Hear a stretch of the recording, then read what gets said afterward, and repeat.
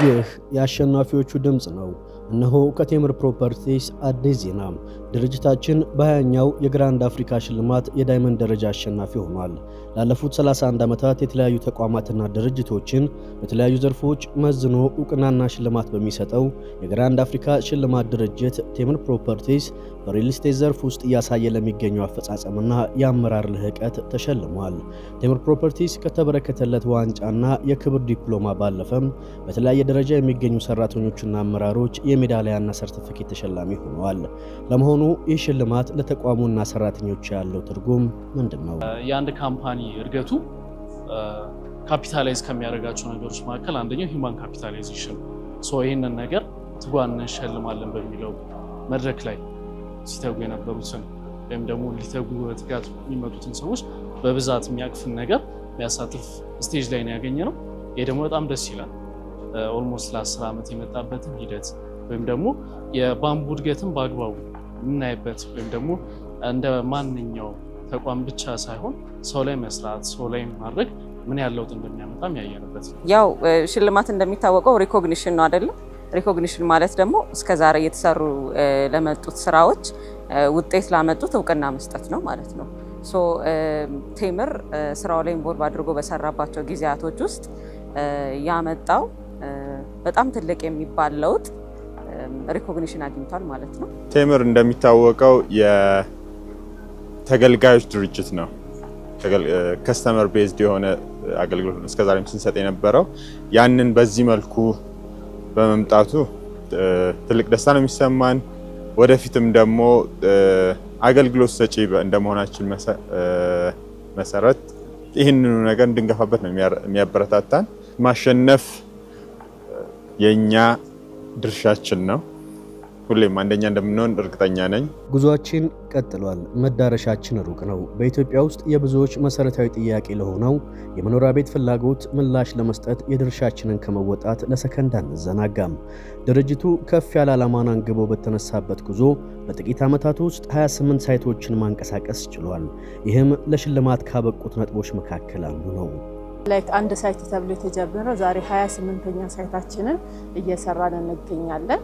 ያ ራሱ ትልቅ ነው። ሁለተኛ ነገር ደግሞ ጥራቱ ነው።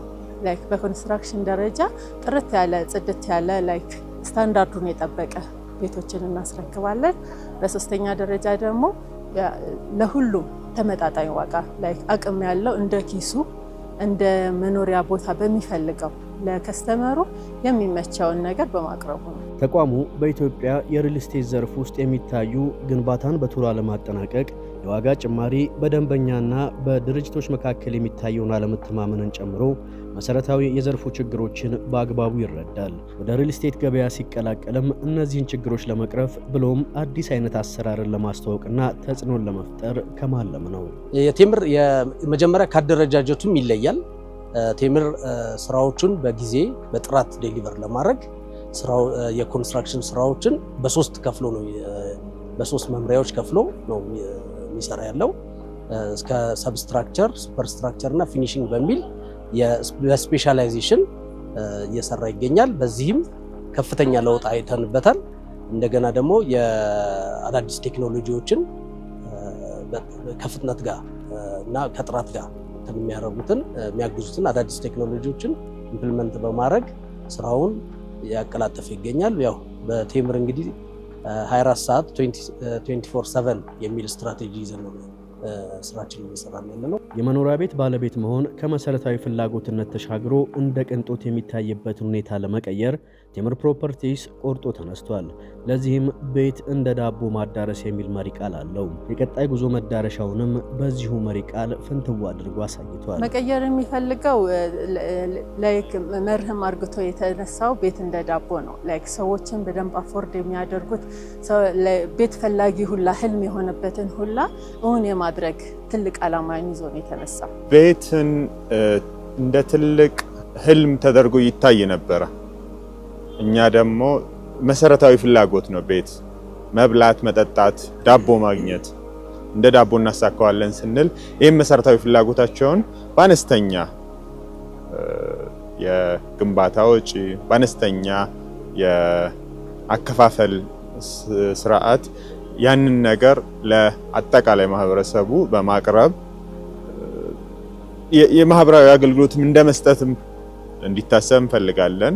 ያንን ነገር ደግሞ ሌሎችም ድርጅቶች ይሄን ከኛ ተምረው አጠቃላይ ማህበረሰቡን እንዲያገለግሉ እንደ ምሳሌ መቆም እንፈልጋለን። ያ ነው ዓላማችን። ሽልማት የልፋትና ትጋት እውቅና የቀጣይ ጉዞ ስንቅ ነውና በዚህ ጉዞ ውስጥ አብራችሁ የነበራችሁ ሰራተኞች፣ አመራሮችና ደንበኞች በሙሉ እንኳን ደስ አላችሁ።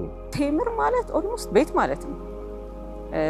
ቴምር ውስጥ ያለው ሰራተኛ አመራርም ያው ፋሚሊ ነው። ስለዚህ በእያንዳንዱ የስራ አሰራር ሂደቶች ውስጥ ከታች እስከ ላይ ያለው ሰራተኛ ተጋግዞ ነው ይሄንን ውጤት ያመጣው ማለት ነው።